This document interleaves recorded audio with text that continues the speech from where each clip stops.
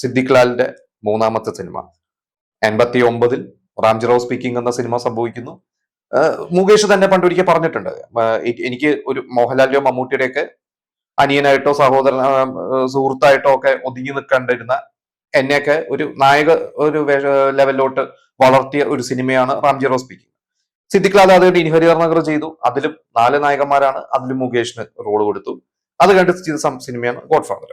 God father സിനിമയെ കുറിച്ചോ അതിന്റെ മറ്റു കഥകളോ ഒന്നും നമ്മൾ പറയേണ്ട കാര്യമില്ല. പക്ഷെ ആ സിനിമ ഏറ്റവും കൂടുതൽ റെക്കോർഡ് എന്ന് പറഞ്ഞാൽ 405 ദിവസം ഓടിയ സിനിമയാണ്. അപ്പൊ അതിനെ കുറിച്ച് പല ചർച്ചകൾ ഞാൻ കേട്ടിട്ടും വായിച്ചിട്ടൊക്കെ ഉണ്ട്. അതായത് ഈ സിനിമ 150 160 ദിവസം തോന്നും റെഗുലർ ഷോ ഓടിയത്. അത് കഴിഞ്ഞിട്ട് പിന്നീട് ഒന്ന് ന്യൂൺ ഷോ ആണ്. പക്ഷെ ചിത്രം സിനിമ 360 ദിവസം 365 ദിവസമാണ് ഓടിയത്. അതിൽ പക്ഷെ 200ഓളം ദിവസം റെഗുലർ ഷോ ഓടിയിട്ടുണ്ട്. അപ്പോൾ ചില മോഹൻലാൽ ഫാൻസ് പറയുന്നത് ഞാൻ കേട്ടിട്ടുണ്ട്, ചിത്രമാണ് ആ റെക്കോർഡ്, കാരണം റെഗുലർ ഷോ ഓടി.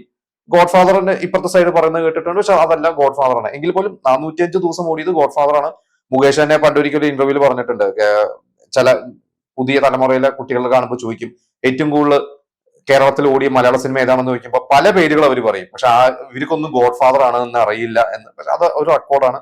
ശരിക്കും പറഞ്ഞാൽ ആ റെക്കോർഡൊക്കെ വെച്ചിട്ട് മുകേഷ് ഒരു സൂപ്പർ സ്റ്റാർ ആവേണ്ട ഒരാൾ തന്നെയായിരുന്നു. മുകേഷ് ഒരിക്കലും മോശമെന്നല്ല ഞാൻ പറയുന്നത്, പക്ഷെ ഒരു നായകൻ എന്ന രീതിയിൽ ഒരു സൂപ്പർ സ്റ്റാർ ആവേണ്ട ഒരാളായിരുന്നു. ഇന്നാണെങ്കിൽ അങ്ങനെ ഒരു റെക്കോർഡ് കിട്ടിയാൽ ആ നായകൻ പിന്നീട് അതുപോലത്തെ ബ്രഹ്മാണ്ഡ സിനിമകളൊക്കെ ചെയ്ത് വളരുന്നതാണ് നമ്മൾ കണ്ടിട്ടുള്ളത്. പക്ഷെ മുകേഷ് ഒന്നും അങ്ങനെയല്ല അന്ന് ചെയ്തിട്ടുള്ളത്.